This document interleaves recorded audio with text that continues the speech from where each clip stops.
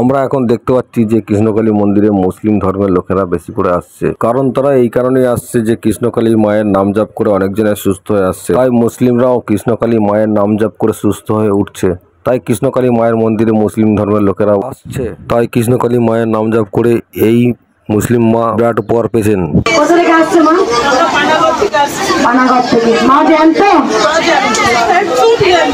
এখানে যেসব ভক্তরা এসেছেন কঠিন কঠিন রোগে ডাক্তাররা ভালো করতে পারছে না, তাই এখানে কৃষ্ণকালী মায়ের নাম জপ করে, শুধুমাত্র কৃষ্ণকালী মায়ের নাম জপ করে কঠিন কঠিন রোগ ভালো হয়ে যাচ্ছে। এই মুসলিম মা তার কঠিন রোগ ভালো হয়ে গেছে, ডাক্তাররা যেগুলো জবাব দিয়ে দিয়েছিল সেই রোগ ভালো হয়ে গেছে। তাই খুশিতে আনন্দিতে মায়ের কাছে এসে আত্মহারা হয়ে গেছে মা। তাই স্বার্থ ত্যাগ করতে শেখো, অপরের জন্য বেশি চিন্তা করো। তুমি যখন অপরের কথা বেশি ভাববে তোমার মঙ্গল আগে হবে। শুধু আমাদের ভক্তি চাই, কি চাই? মায়ের কাছে চাইলে হবে না, কি চাই? আসল কি চাই? ভক্তি। ভক্তিতেই ভক্তিতেই যদি তোমার এক চিতে ভক্তি না থাকে তাহলে মায়ের কাছে কিছুই পাওয়া যায় না। সব সময় ভক্তি করো, মাকে ভালোবাসো। ভক্তরা যারা ভাবছেন যে কৃষ্ণকালী মায়ের মন্দির যাবার ঠিকানাটা কি আছে, বর্ধমান স্টেশন থেকে 12 কিলোমিটার দূরে বৈকুণ্ঠপুর বালিয়ারা। এছাড়া কৃষ্ণকালী মন্দির বর্ধমান স্টেশন থেকে পার্সোনাল টোটো আছে, 30 টাকা করে মাথা পিছু নেবে। বাসে গেলেই মাত্র 15 টাকা থেকে 10 টাকা ওরা নেয় এবং কৃষ্ণকালী মায়ের মন্দিরে ভালোভাবে নামিয়ে দেয়। এই কৃষ্ণকালী মায়ের কাছেই মুসলিম মা তার রোগ ভালো হয়ে গেছে বলে কৃষ্ণকালী মায়ের মন্দিরে পুজো দিতে এসছে, খুশিতে সে আত্মহারা। তাই একবার বলি, হরে কৃষ্ণ হরে হরে, কৃষ্ণকালী ঘরে ঘরে, জয় কৃষ্ণকালী মায়ের জয় হোক। সত্যি কথা বলতে একটা আশ্চর্য ঘটনা বলবো, মানে অবাক কাণ্ড। মায়ের মন্দিরে যখন আমি আসি, আমার স্বামীকে বলেছি আসার জন্য, আমার স্বামী আসেনি।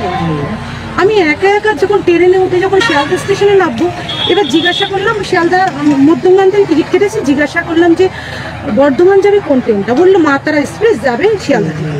এবার আমি একজন ট্রেনে যখন উঠে শিয়ালদা স্টেশনে নামবো, তো একজন এত লেডিস উঠেছে, এত মহিলা, আমি কাউকে জিজ্ঞাসা করিনি। একটা মহিলাকে জিজ্ঞাসা করেছে, আচ্ছা বর্ধমানে যাবো, সেই ট্রেন কত নম্বরে দাঁড়াবে? তখন একটা মহিলা, বিবাহিত অল্প বয়সী, 25-26 বয়সের মহিলা, উনি আমায় ফাট করে বললো আমিও তো বর্ধমান যাচ্ছি, চলো। তখন বলার পরে আমি বললাম, তখন আমাকে বলছে আমি কৃষ্ণকালী মায়ের মন্দিরে যাচ্ছি।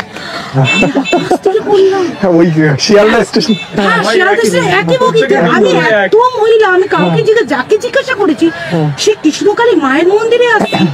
আমি আকাশ থেকে বললাম যে আমি আসছি বলে আমার স্বামীকে বলেছি, আমার স্বামী আসেনি, কিন্তু মা আমাকে ভক্ত পাঠিয়ে দিয়েছে মায়ের মন্দিরে আসার জন্য। মানে আমি এতটাই মাকে আমি সবসময় বলি যে সত্যি মা আছেন, না হলে আমি একা আসছিলাম।